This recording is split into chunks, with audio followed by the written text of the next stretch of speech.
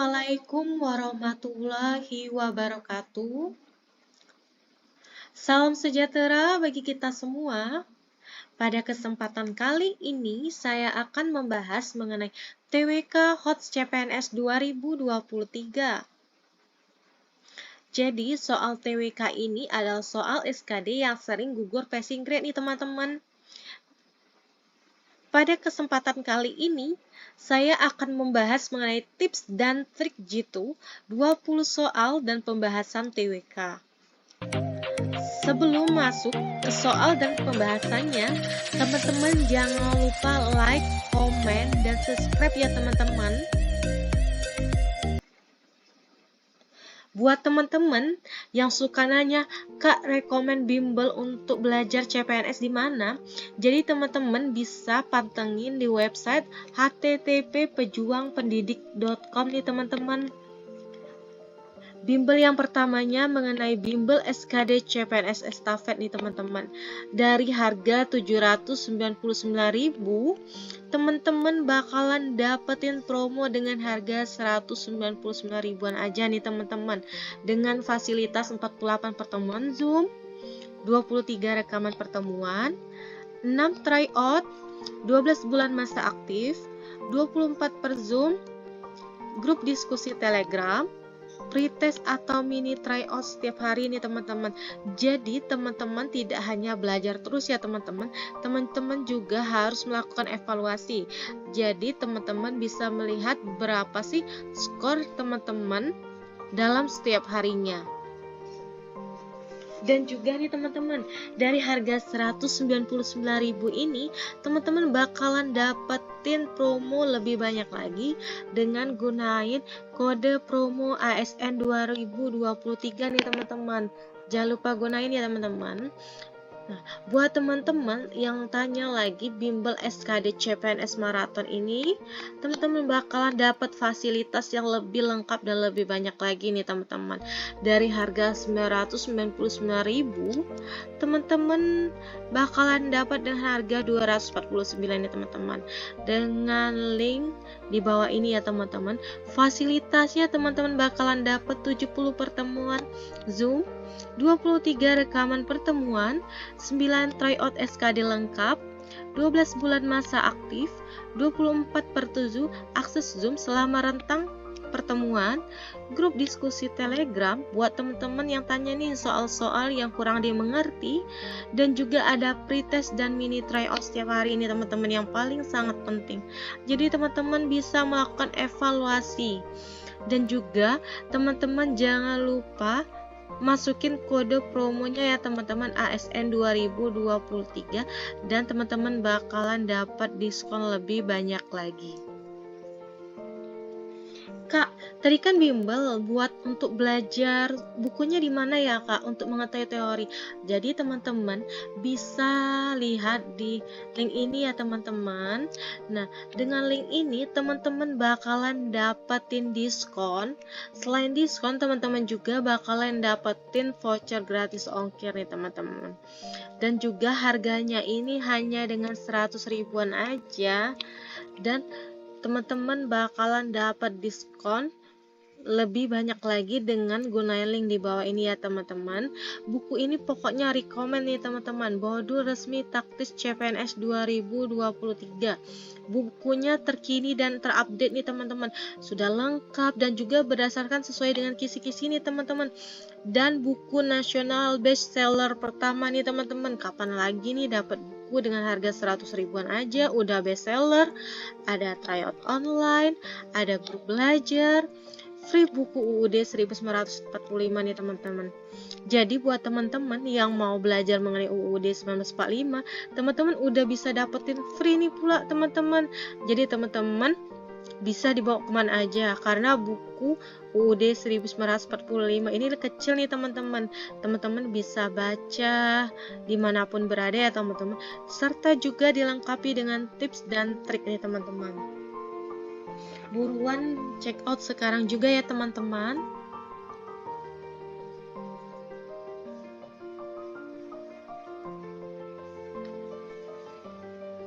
Soal yang pertama, lembaga negara yang kedudukannya sejajar dengan Mahkamah Agung dalam lingkup kekuasaan kehakiman yaitu A. MPR, B. DPR, C. MK, D. KY.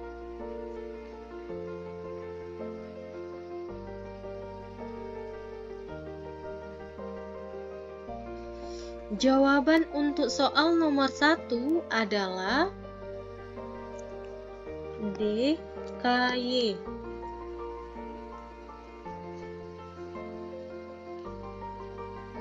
Soal nomor 2, apabila Anda melihat peristiwa pelanggaran HAM, sikap yang seharusnya Anda lakukan adalah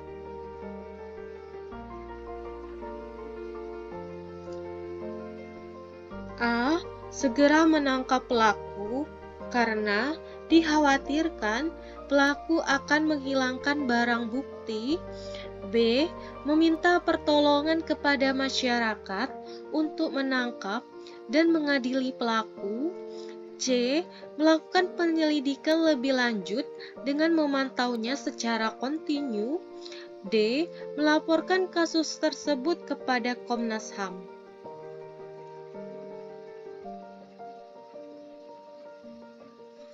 Jawaban yang tepat untuk soal nomor 2 adalah D.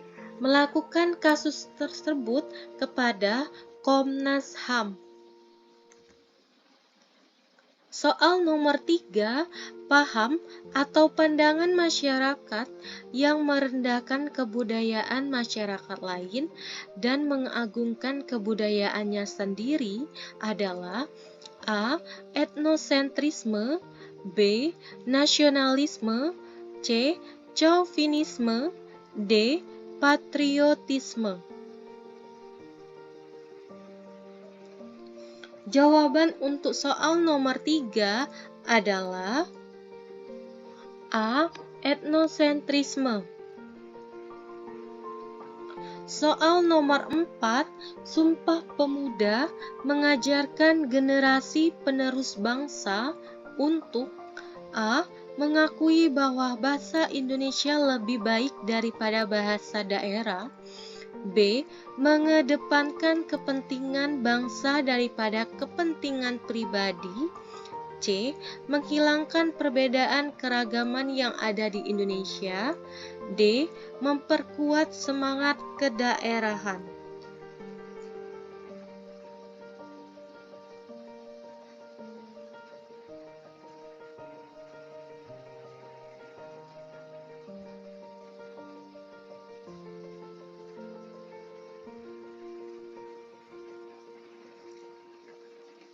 Jawaban untuk soal nomor 4 adalah B.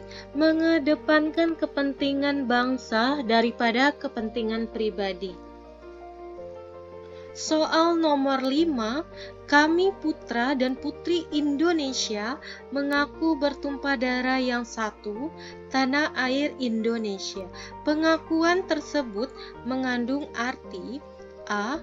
Indonesia merupakan negara yang kaya akan tanah dan air. B. Indonesia merupakan satu kesatuan geografis secara utuh, tidak dapat dipisahkan. C.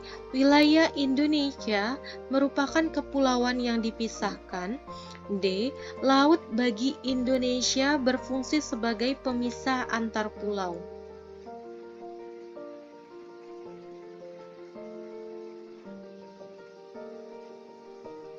Jawaban untuk soal nomor 5 adalah B.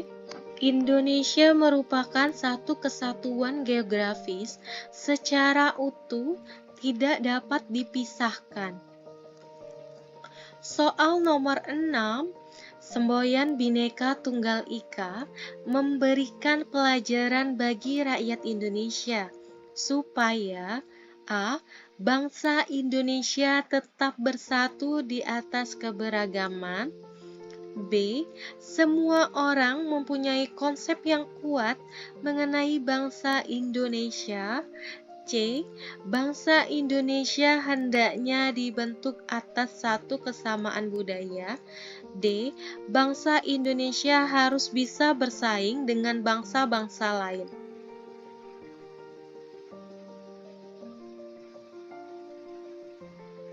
Soal nomor 6, jawabannya adalah A. Bangsa Indonesia tetap bersatu di atas keberagaman.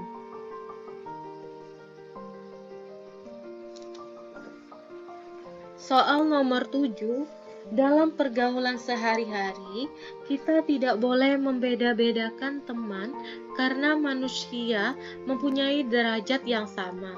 Hal ini merupakan contoh penerapan Pancasila, yaitu sila A. ke-1, B. ke-2, C. ke-3, D. ke-4.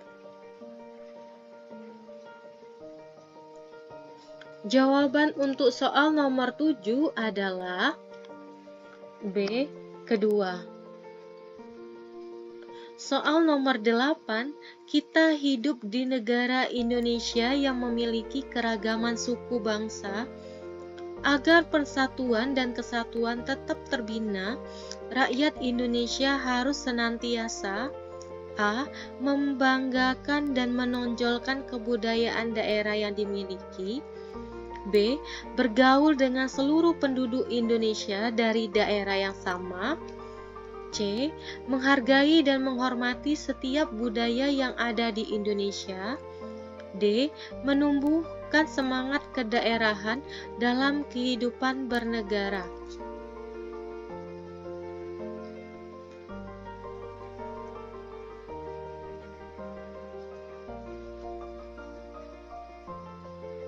Jawaban untuk soal nomor 8 adalah C.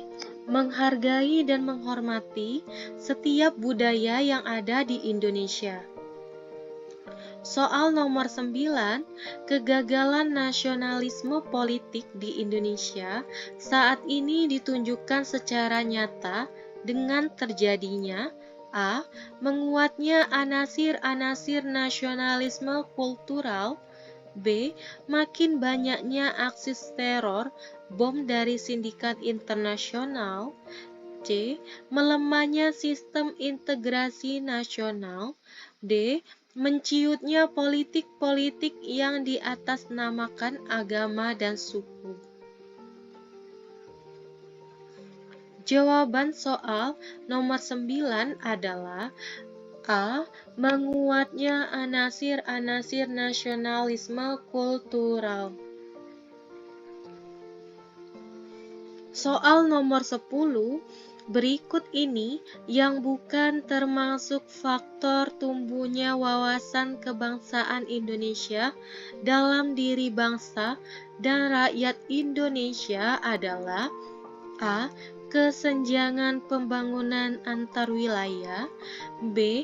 Timbulnya generasi muda yang fanatik dan intoleran. C. Kesenjangan sosial ekonomi antara golongan penduduk semakin tinggi. D. Munculnya gejala westernisasi dan liberalisme.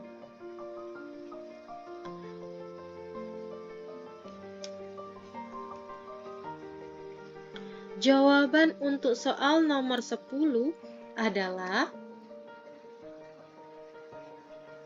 D. Munculnya gejala westernisasi dan liberalisme.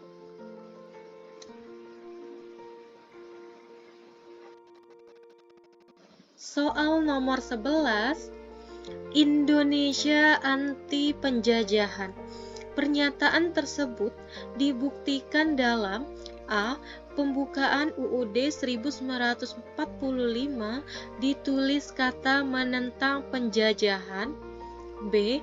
Pembukaan UUD 1945 terdapat kata penjajahan di atas dunia harus dihapuskan. C. Alinea ketiga pembukaan UUD 1945 menuliskan kata kemerdekaan bagi seluruh bangsa di dunia. D. Alinea pertama pembukaan UUD 1945 mengatakan bahwa kemerdekaan adalah hak bangsa Indonesia.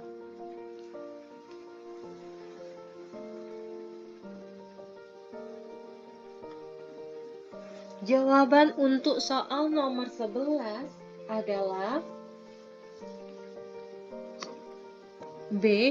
Pembukaan UUD 1945 terdapat kata penjajahan di atas dunia harus dihapuskan. Soal nomor 12, setelah dilakukan perubahan hukum dasar negara, kata mukadimah dalam dasar negara diubah menjadi A. Prakata, B. Sambutan, C. Pembukaan, D. Kata pengantar. Jawaban untuk soal nomor 12 adalah C. Pembukaan. Soal nomor 13, selain mengenal norma hukum, masyarakat Indonesia juga mematuhi kebiasaan-kebiasaan dalam masyarakat. Perbedaan norma hukum dan norma kebiasaan terletak dalam A. Sanksi, B. Daya ikat, C. Bentuk norma, D. Hasil kesepakatan.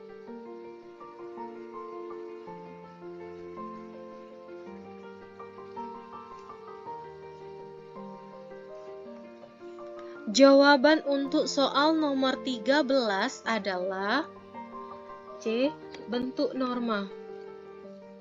Soal nomor 14, perilaku mematuhi tata tertib dalam keluarga adalah A. Sepulang sekolah, tas dan sepatu diletakkan di rak. B. Bermain bersama teman saat jam istirahat. C. Mengenakan seragam sesuai ketentuan. D. Mematuhi jam belajar masyarakat.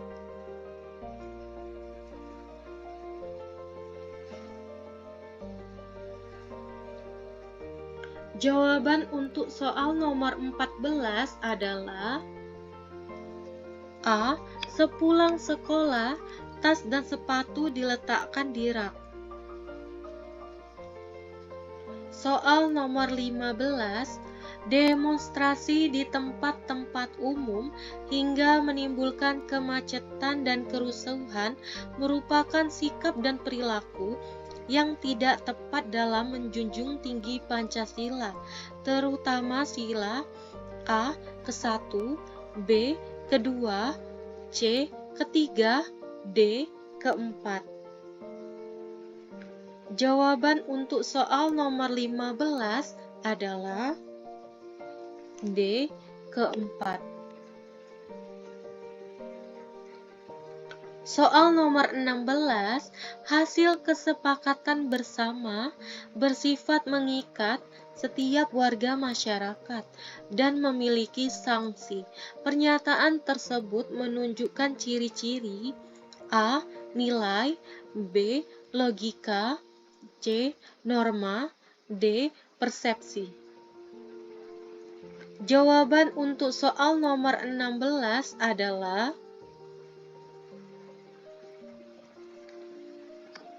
C. Norma. Soal nomor 17, saat memasuki rumah orang lain, biasanya seseorang mengucap salam atau permisi. Perilaku tersebut merupakan contoh pelaksanaan norma A. Agama, B. Hukum, C. Kesusilaan, D. Kesopanan.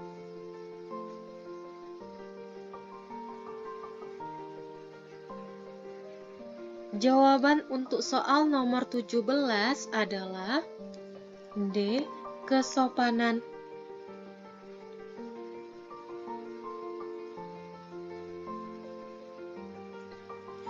Soal nomor 18, norma ini berasal dari suara hati manusia yang menghasilkan akhlak, berlaku umum bagi seluruh anggota masyarakat.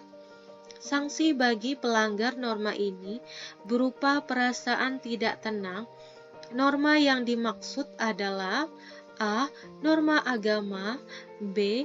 Norma hukum, C. Norma kesopanan, D. Norma kesusilaan.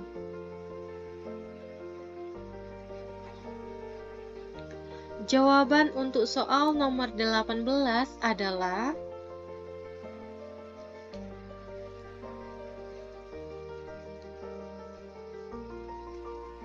D. Norma kesusilaan. Soal nomor 19, semangat nasionalisme dengan berlandaskan pada nilai-nilai penting ketuhanan yang ditunjukkan pada sila pertama Pancasila dimasukkan ke dalam alinea ke-1, B, kedua, C, ketiga, D, keempat. Jawaban untuk soal nomor 19 adalah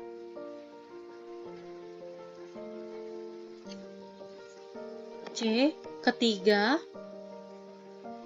Soal nomor 20, semangat nasionalisme perlu ditanamkan pada diri setiap warga negara dengan menghargai lambang negara. Lambang negara Indonesia adalah burung Garuda yang menggambarkan A. Keagungan dan kejayaan, B. Perjuangan dan keagungan, C. Kekuatan dan tenaga pembangunan, D. Kebesaran dan kekuatan.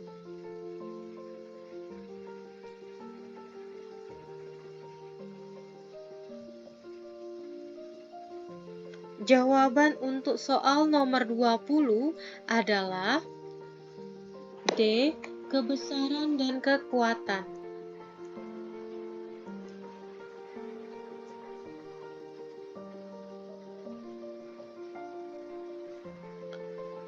Oke, buat teman-teman, terima kasih telah menonton ya teman-teman. Teman-teman jangan lupa untuk komen, like, dan subscribe ya teman-teman.